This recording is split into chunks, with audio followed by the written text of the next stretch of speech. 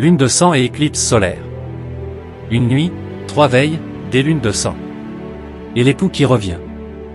Hadassah, Issachar, j'ai suivi attentivement vos 3 premières vidéos sur les lunes de sang. C'était bouleversant, profond, mais aussi rempli d'espérance. Et pourtant, je ressens qu'il y a encore plus à découvrir. Ces dates, ces éclipses, ces fêtes juives, tout semble se répondre dans une harmonie céleste. Mais dites-moi, qu'est-ce que Dieu cherche à nous dire à travers tout cela? Eliora, ta question touche exactement le cœur de notre démarche. Depuis des mois, nous scrutons les cieux comme les fils d'Issachar, pour discerner les temps. Ces lunes de sang sont loin d'être anodines. Elles sont des signes, des avertissements, des rappels puissants du Dieu de l'Alliance. Dans les 3 premières vidéos, nous avons retracé les grandes tétrades passées, montré leur lien avec Israël et les fêtes de l'Éternel, et comment chaque fois, ces signes célestes ont précédé des bouleversements majeurs. Exactement, Hadassah. Et aujourd'hui, nous sommes face à une nouvelle séquence céleste bouleversante. 14 mars 2025. 7 septembre 2025. 3 mars 2026, 3 lunes de sang. Elles sont encadrées par 2 éclipses solaires totales majeures. Celle du 8 avril 2024 et celle du 12 août 2026. C'est une structure prophétique, un encadrement divin. Une horloge céleste qui égrène ses dernières secondes. Mais pourquoi une pleine lune? Pourquoi la nuit? Et pourquoi ces veilles? Je sens que ce n'est pas seulement une question de date, mais de réveil spirituel. Tu as raison, Eliora. Dans cette 4e vidéo, nous allons te montrer pourquoi la pleine lune est si souvent utilisée par Dieu comme miroir prophétique, témoin dans la nuit, signal lumineux pour les veilleurs. Et nous parlerons aussi des 3 veilles de la nuit biblique car dans la pensée hébraïque, la nuit n'est pas silencieuse, elle parle. Et c'est justement durant la dernière veille, que l'époux revient. Et pour que personne ne dorme au moment décisif, la parole nous prévient, notamment dans Proverbe 7, ce chapitre dramatique, chargé d'avertissements pour notre génération adultère. Car dans cette nuit spirituelle, ceux qui dorment tombent. Et ceux qui veillent seront emportés à la rencontre de l'époux. Le message est clair, Eliora. Veille, purifie-toi, prépare-toi. Comme Esther fut préparée dans le secret du palais pour rencontrer le roi, l'épouse aussi est préparée, dans le secret de la nuit, pour rencontrer le Messie. Et les 2 lunes de sang tombant sur la fête de Pourim nous parlent d'un renversement imminent, d'une délivrance inespérée. Ce n'est pas une coïncidence. C'est une signature divine. Alors, Hadassah, Issachar, sommes-nous déjà entrés dans la 3e veille? Et si Dieu utilisait ces lunes de sang pour réveiller son épouse une dernière fois avant la nuit complète? C'est une question de vie, Eliora. Et l'horloge du ciel est en train de parler. Écoutons-la, avec crainte, foi et espérance.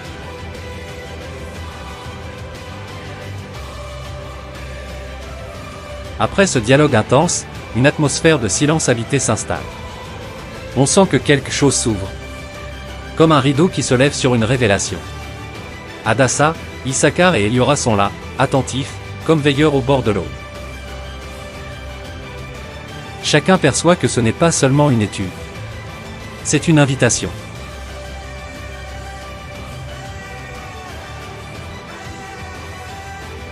Alors entrons maintenant dans le mystère de la pleine lune. Ce miroir céleste, témoin de tant de délivrance dans l'histoire d'Israël, et signal prophétique pour l'épouse dans cette nuit finale. Oui, car 2 de ces lunes de sang tombent exactement sur la fête de Pourim. Et ce n'est pas un hasard. C'est le sceau d'Esther, celui d'un retournement soudain, d'une délivrance au cœur de la nuit. Montrez-moi. Je veux comprendre ce lien entre la pleine lune, Pourim, et l'arrivée de l'époux.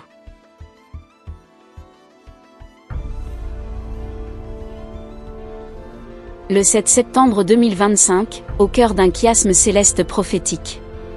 Si l'on observe les signes célestes marquants qui jalonnent notre génération, une structure particulièrement remarquable se dessine autour de la date du 7 septembre 2025, jour d'une pleine lune et seconde veille prophétique selon notre étude. Ce jour précis se révèle être un pivot dans le ciel, un centre de gravité prophétique. Voici ce que l'on constate. 341 jours avant, le 8 avril 2024, une éclipse solaire totale a traversé l'Amérique du Nord.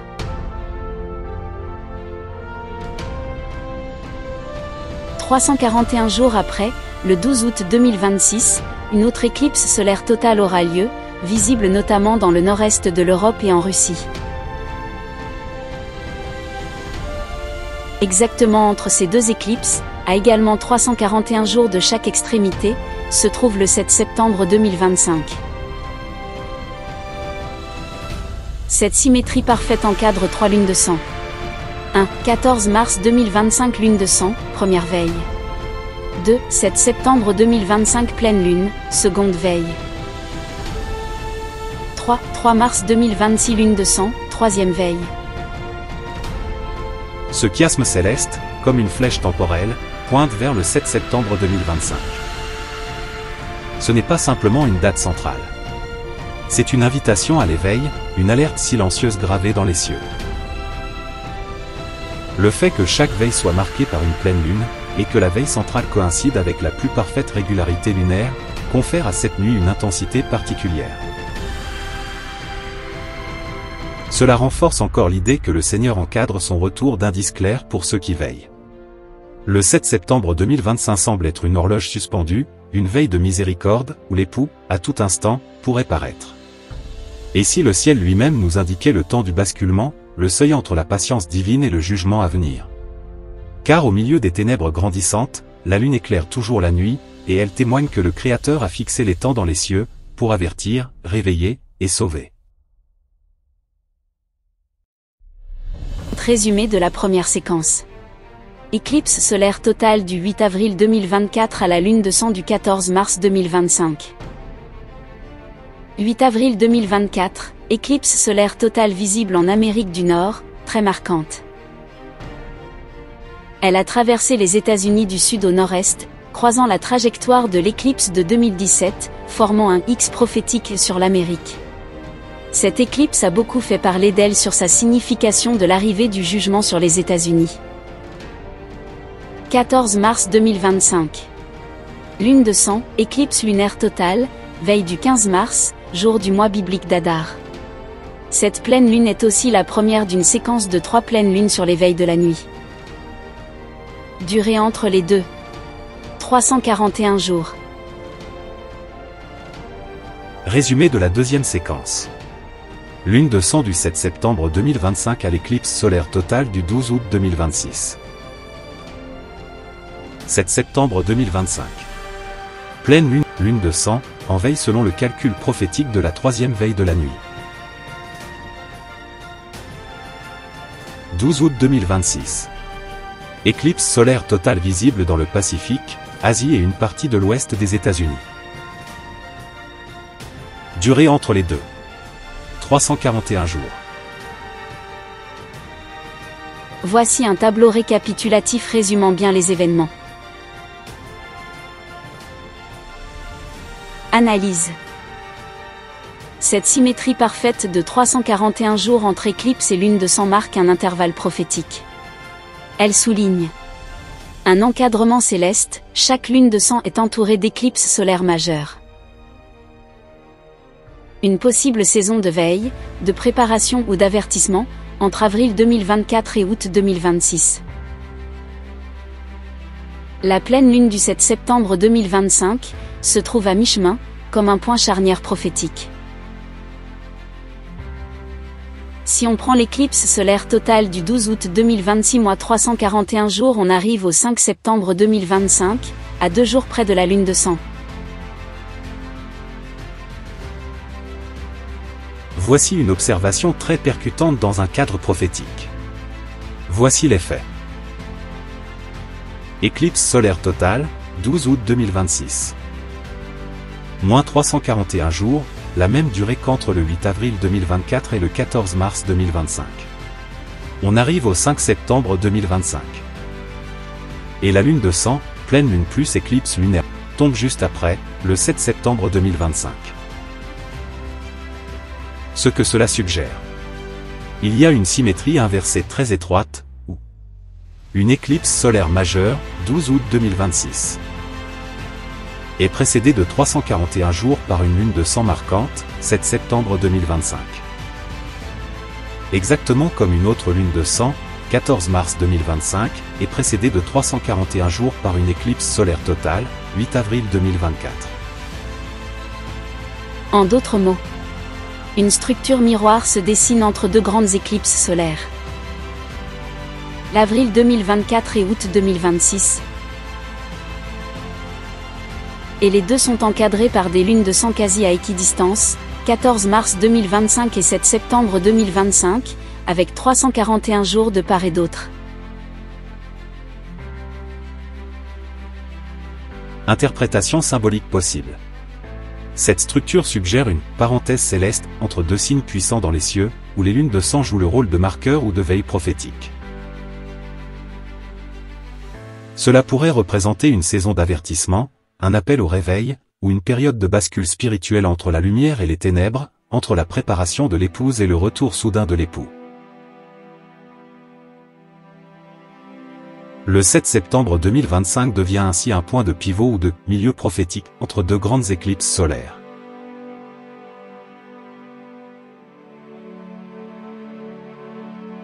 Tableau des éclipses et lunes de sang, 2017-2026. Cette liste d'événements sont reliés à des éclipses solaires et lunaires totales. Des observations toutes particulières sont observées et sont porteurs d'un message pour notre génération.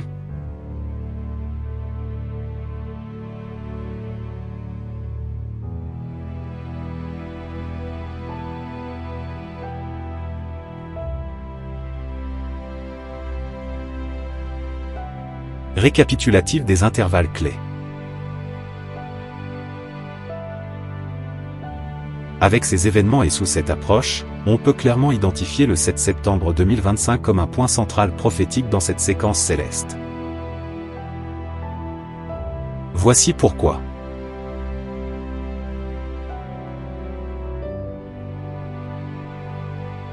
Je veux faire ce calcul. 177 jours divisé par 2 égale 88,5 jours. Je veux ajouter la moitié de 13h12 à 88,5 jours.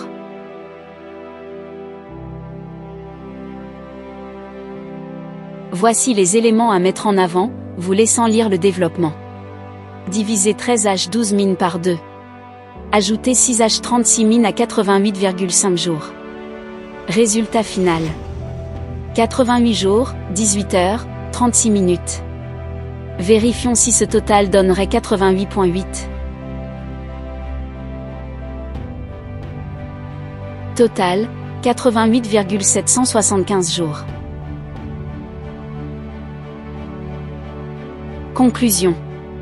Oui, 88 jours 18h36 minutes égale 88,775 jours, donc très proche de 88,8 jours. Pour atteindre 88,8 jours, il manque juste 36 minutes supplémentaires.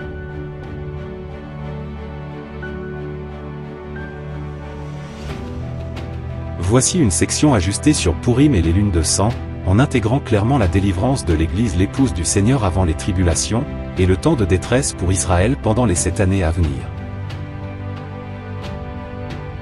Pourim et les lunes de sang. Une clé prophétique pour notre génération. Les deux lunes de sang de Pourim, 14 mars 2025 et 3 mars 2026. Vous avez parlé de la pleine lune et du retour de l'époux ? Mais pourquoi insistez-vous autant sur Purim dans cette séquence prophétique? Ce n'est pas une des grandes fêtes bibliques comme Pesach ou Yom Kippour. C'est justement ce qui est fascinant, Eliora. Purim, c'est la fête des renversements inespérés, de la délivrance au dernier moment. Une fête née dans la nuit, à l'image de l'épouse qui doit être prête à minuit. Et ce qui rend la chose d'autant plus puissante, c'est que 2 éclipses lunaires totales, 2 lunes de sang, tombent exactement sur la fête de Purim, en mars 2025 et mars 2026. Ce n'est pas juste symbolique. C'est un signal céleste d'une rare intensité, adressé à cette génération. 2 lunes de sang, sur la même fête, espacées d'1 an, et encadrant une autre au milieu? Cela ressemble à un code caché, une clé temporelle. C'est exactement cela. Et ce code prophétique, c'est Purim. Le sceau d'Esther. La femme cachée, l'épouse révélée au temps fixé. Entrons maintenant dans ce mystère, car Purim pourrait bien annoncer la délivrance de l'épouse. Juste avant le jugement sur les nations, et l'arrivée de l'Antichrist, comme autrefois Haman dans le livre d'Esther. Je pense à ces paroles d'Esther 4, 14, si bouleversantes, lorsque Mardochée lui dit: Car si tu te tais maintenant, le secours et la délivrance surgiront d'autre part pour les Juifs, et toi et la maison de ton père vous périrez. Et qui sait si ce n'est pas pour un temps comme celui-ci que tu es parvenu à la royauté? Ce verset me donne des frissons. Il ne s'adresse pas seulement à Esther. Il résonne aujourd'hui comme un appel à l'épouse du Messie. Nous sommes peut-être, nous aussi, parvenus à ce moment précis dans l'histoire, à cette jonction prophétique où Dieu appelle son peuple à se lever, à ne plus se taire, à se préparer pour une délivrance soudaine, alors que l'ennemi, comme Haman autrefois, affûte ses décrets de destruction. Oui, et aujourd'hui, le décret est signé dans le monde spirituel. Des décrets et des accords sont sur le point d'être signés entre les nations du monde. Mais comme à Purim, le renversement est déjà en marche. L'épouse ne doit pas craindre, elle doit se lever.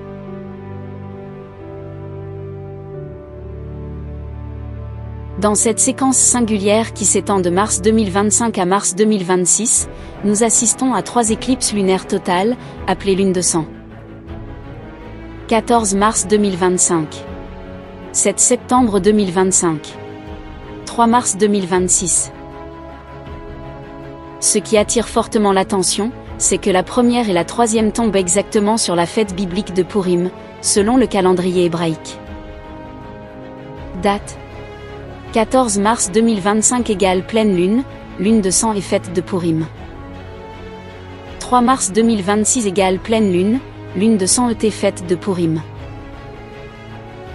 Ces 2 dates encadrent parfaitement la lune de sang centrale du 7 septembre 2025, formant une triade parfaitement symétrique, et 2 d'entre elles tombent sur la fête de Purim, ce qui est extrêmement rare et symboliquement fort. Que représente Purim?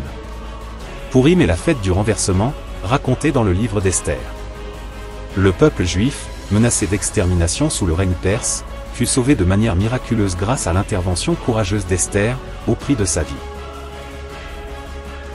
Le nom de Dieu n'apparaît pas une seule fois dans ce livre, et pourtant sa main est partout.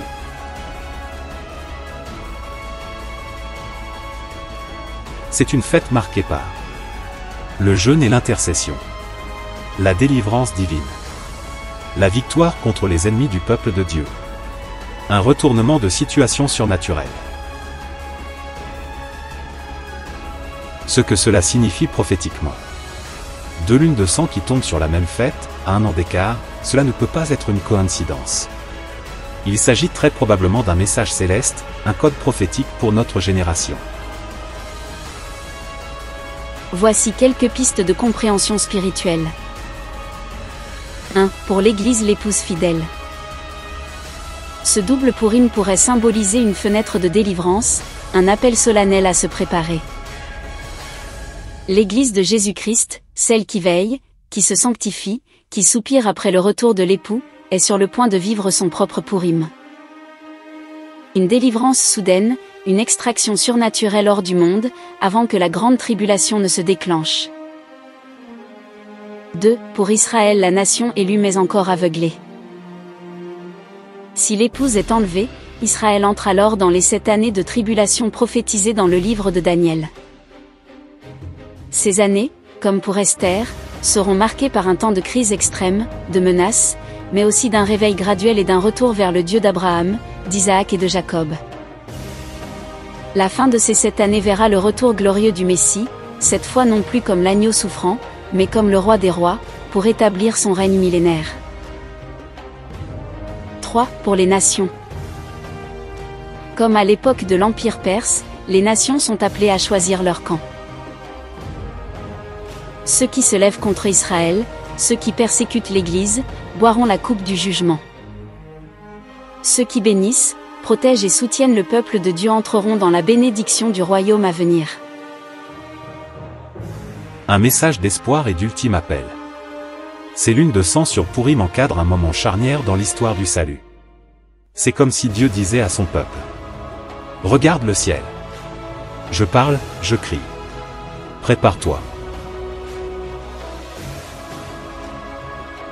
Car le temps est court.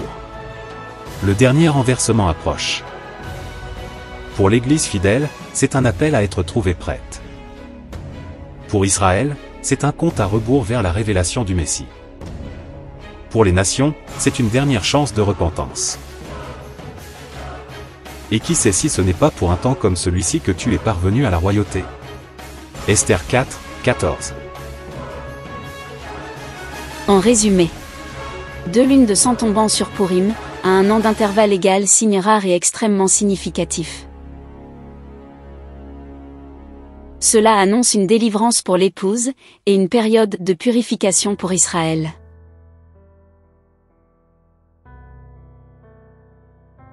Le plan divin suit son cours, l'enlèvement, la tribulation, et le retour glorieux du roi.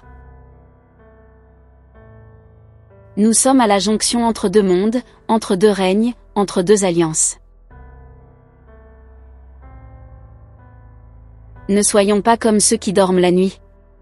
Mais veillons, car l'époux revient à la 2e ou à la 3e veille. Voici un tableau récapitulatif clair et structuré mettant en valeur la séquence prophétique des lunes de sang et leur lien avec Pourim, ainsi que leur signification eschatologique pour l'Église, Israël et les nations. Tableau récapitulatif lune de sang, Pourim et le plan prophétique.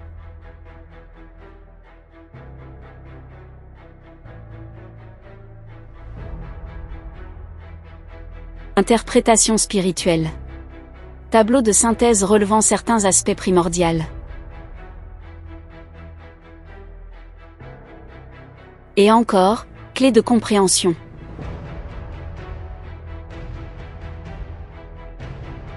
Amant, l'ombre de l'Antichrist à la fin des temps. L'histoire de Pourim ne se limite pas à une délivrance ancienne, elle est une clé prophétique pour notre génération. Amant, l'ennemi juré des Juifs, n'est pas seulement un persécuteur du passé. Il incarne une figure eschatologique, un prototype de l'Antichrist. Haman a tout planifié pour exterminer le peuple de Dieu, avec un décret irrévocable, scellé par l'autorité royale. De même, l'Antichrist des derniers jours préparera un piège semblable contre Israël et contre tous ceux qui refusent de plier le genou devant son autorité mondiale. Mais comme au temps d'Esther, Dieu a déjà prévu la riposte. L'épouse, éveillée et préparée, se tiendra devant le roi des rois, intercédant avec ferveur. Et même si le décret semble irrévocable, la main invisible de Dieu renversera le plan de l'ennemi. Le bois que Haman avait préparé pour Mardochée fut finalement pour lui-même. Il en sera de même à la fin. L'Antichrist tombera dans la fosse qu'il a creusée. Pour ceux qui veillent, l'histoire d'Esther est un miroir de ce qui s'en vient, un appel à la vigilance, à la pureté et à la foi. Car la délivrance est à la porte. Mais l'affrontement aussi. Conclusion. Le temps est proche. Quelle traversée! Ces lunes de sang, ces éclipses, ces alignements divins. Ce ne sont pas des coïncidences. Tout parle d'un Dieu qui annonce, qui avertit, et qui appelle.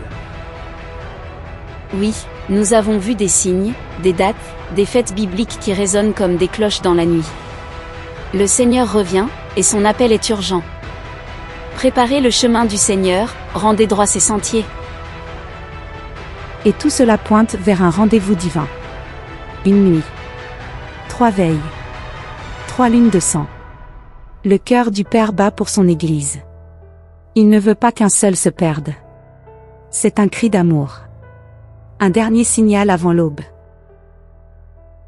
Le monde s'endort, mais l'épouse doit se réveiller.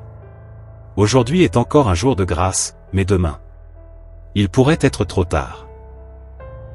Toi qui écoutes cette vidéo, n'endurcis pas ton cœur. Le Seigneur ne te condamne pas, il t'appelle. Il veut te libérer de tes chaînes, te laver de ta honte, t'adopter comme son enfant. Il revient chercher une épouse pure, pleine d'huile, éveillée et prête. Fais partie de cela. Tu ne peux pas rester indifférent à cet appel. Dieu t'attend les bras ouverts. Peu importe ton passé, peu importe ta chute, le sang de Jésus est assez puissant pour tout effacer, tout restaurer, tout recommencer. Le roi s'approche. Le sablier est presque vide. Les signes sont partout. Mais le plus grand des signes, c'est l'amour du Père qui t'appelle aujourd'hui à revenir à lui. Prépare-toi, car l'époux vient au milieu de la nuit. Heureux celui qui veille. Heureux celui qui l'attend, les yeux levés, le cœur purifié. Ne rate pas le rendez-vous éternel. Prière finale. Seigneur Elohim, toi qui as créé les astres et fixé les temps, toi qui as tracé l'histoire des hommes et révélé tes plans dans ta parole. Nous nous tenons devant toi avec crainte et avec foi. Merci pour ces signes célestes que tu as laissés comme empreinte de ton amour, comme appel prophétique à nous réveiller, à revenir à toi de tout notre cœur. Seigneur, nous te prions pour ton peuple.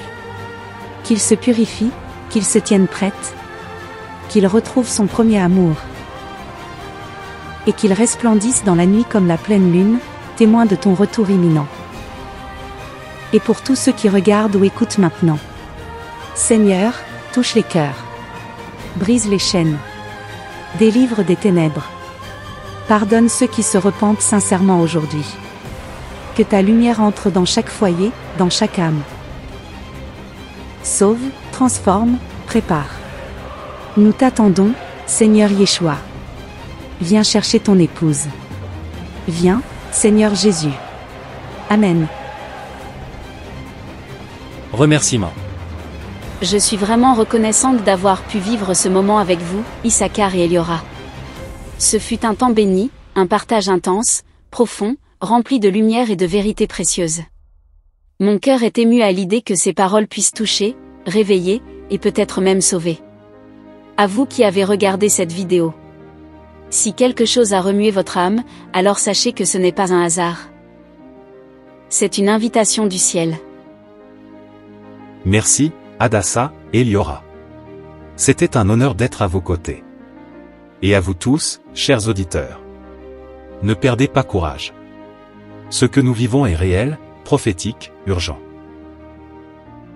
Mais notre espérance est plus grande que les ténèbres. Que ce que nous avons partagé aujourd'hui vous aide à rester ferme, à lever les yeux, car notre délivrance approche. Merci, Issachar, merci Hadassah. Ce temps ensemble m'a fortifié, encouragé, et j'espère qu'il en sera de même pour chacun de vous. Que cette vidéo puisse éveiller les cœurs, affermir les âmes, et faire briller la lumière du Messie jusque dans les coins les plus sombres. Ce fut une joie et un privilège d'échanger avec vous. Et nous prions qu'un grand nombre d'entre vous prennent aujourd'hui la décision de suivre l'agneau jusqu'au bout. À très bientôt, ou peut-être, très très bientôt, dans sa gloire. Avant de conclure, nous voulons ensemble remercier notre Seigneur Jésus-Christ, l'époux qui revient, pour sa fidélité, sa grâce et le discernement qu'il accorde à ceux qui veillent. Oui, et nous remercions aussi de tout cœur l'équipe de Plein Feu sur l'heure juste, qui annonce fidèlement le message prophétique depuis plus de 25 ans, au prix de nombreux sacrifices. Leur constance et leur engagement sont un témoignage puissant pour notre génération. Un immense merci également à l'association El Jiré, qui soutient cette œuvre précieuse. C'est grâce à leur appui, et aux dons reçus il y a quelques années pour l'acquisition d'une station de montage vidéo performante, que ces vidéos peuvent aujourd'hui être produites avec une qualité professionnelle, à la hauteur du message porté. Que le Seigneur bénisse tous ceux qui, dans l'ombre ou la lumière, participent à faire retentir la voix de l'époux dans la nuit. Merci pour votre écoute. Soyez encouragés, et affermis dans la foi véritable au Fils d'Élohim.